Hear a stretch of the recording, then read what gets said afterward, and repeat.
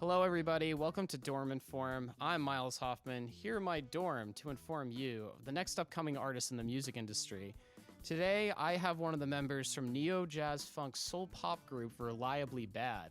Originating in Greensboro, North Carolina, Reliably Bad has 4 singles that I felt deserve the attention of my listeners. I have Charlie on the phone right now. How are you doing, Charlie? I'm doing great. How about yourself? Pretty good. So, I was just wondering if you could maybe just introduce yourself, like where you're from, what your contribution to Reliably Bad is, and anything like that. Okay. My name is Charlie Sothcott. I'm the trombone player in the band, and I also deal with social media and writing for the group. And I'm from Raleigh, North Carolina. Awesome. So to start, where did the name Reliably Bad come from, and what were the motives behind the band's creation? Okay, so originally our guitar player, Jimmy Washington, let me preface this by saying in Greensboro, there are a lot of house parties. So bands will play in these tiny houses, and it's just a really intimate and crazy thing. But Jimmy, our guitar player, wanted to have a band that would just play very danceable music, stuff like, I don't know, September, stuff like that. So the group came together, and at first it was just a for fun thing, just to do that. And we had our first show coming up, but no name. So our saxophone player jokingly said, like, oh, well, we should be called the Reliably Bad Band because, like, no one can show up to rehearsals on time. Like, people aren't learning the music. And it just kind of stuck. And the first thing we released was under the Reliably Bad Band, but we've now shortened it to just Reliably Bad.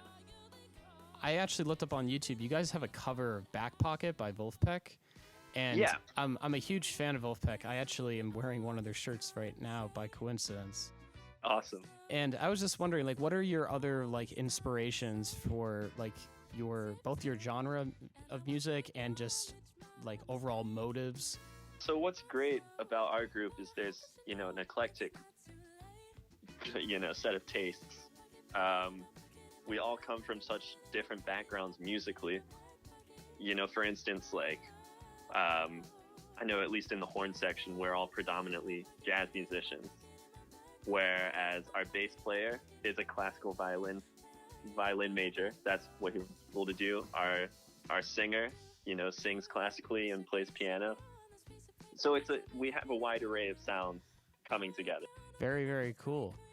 So I just wanted to dive into one of your songs at least, especially I love all your songs to begin with. All of your singles seem very well thought out, and there's a lot of complexity that's involved with all the different sections and instruments. But I think especially with You and I, there was a lot of work done with that, and I was wondering if you could elaborate it on a bit. Okay, sure. So the writing process, our guitar player, Jimmy, had this thing for 3 weeks where every single person in the band had to write a song every week, or at least like the bare bones of a song, have some lyrics and a melody. And then we would take from those songs and expand upon them. And what's cool about You and I is it was the first song that we recorded at this recording studio called Manifold Recording. So it was like the first time us really feeling like professionals, shall we say, because we used to just record in our bass player's garage, but this felt like, the real deal. Yeah. So we took it super seriously, and we had some help from Ian Schreier, our producer, for that song. He helped us, with ideas on how we could fit the song together in the best way, for a listener. We're always playing locally. The issue with going on a tour right now is that 6 out of 8 of us are still in school. Wow. We can't necessarily just dip, but we have big plans for next summer. We're hoping to get into the jam band tour scene and hopefully have a little tour of our own, be it like East Coast or whatever we can manage. I hope to be able to see that, even though I'm currently actually in Nashville. for school as well. I'm from Boston, so I hope to see you guys live at some point, which would be great. Yeah. I mean, we'd love to get everywhere.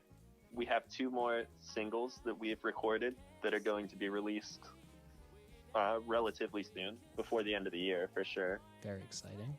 I mean, this is just kind of like an interesting little thing, but our arranger, our saxophone player, he arranges all the horn parts and just orchestrates everything. But we're playing a concert with a school. We're playing with their orchestra. So that'll be interesting. And we're doing multiple of those. So I think we're just going to keep on pressing, keep on writing, try to play out as much as possible, and just see where it gets us. In terms of where you guys are all right now in your individual careers. Right, sure. Everyone goes to UNCG except for the guitar player, Jimmy, who has graduated. Our trumpet player, Chris Sisco, he actually goes to NC State and studies computer engineering. And then myself, and I'm not currently in school. I just like play around, play gigs, weddings, stuff like that. But everyone at UNCG is doing jazz studies, I believe, except for Jess, who's getting a degree in music education. Belmont University is very well known for doing what we call Belmont Bands, where basically in the first few weeks of school, you end up seeing hundreds of freshmen just forming these bands, and a lot of them end up flopping, but then you'll get a few examples. Like if you've heard of the band Coin, they're one of the most infamous examples of a Belmont band turning into really a fully fledged band that now goes on tour and such. And I've seen you guys as a very similar example of that, given that you guys started off in college and now you're hoping to expand on that in the future. What would you say is like the most iconic story revolving around Reliably Bad, like you guys as a group? Matt used to have this minivan, and we would always load all of our gear into it to drive to wherever the gig was happening. We called it the Unreliable, Reliably Bad Band, or something like that. It's a stupid thing. And Matt locked his keys in the van right before the gig, and we hadn't unloaded any stuff. So we had to get in. And it was basically everyone, taking coat hangers, like unwiring them and trying to stick them through the window. It was a very long ordeal, and a very silly ordeal that we should not have had to have had. Thank you for having the band, or thinking of us, listening to us. It means a great deal to all of us. Oh no, thank you. It's the fact that you guys are the artists that come together and form incredible music. I guess I really would just like to say, I hope that we stay in touch, and that I will continue listening to your music, and everyone else who's listening right now, that they go check out Reliably Bad. I'm assuming on all streaming platforms. Yeah, on all of them, any streaming. So this quote is from E.Y. Harburg. Words make you think a thought. Music makes you feel a feeling. A song makes you feel a thought. Thank you so much, Charlie, and have a great rest of your night. Thank you. You as well.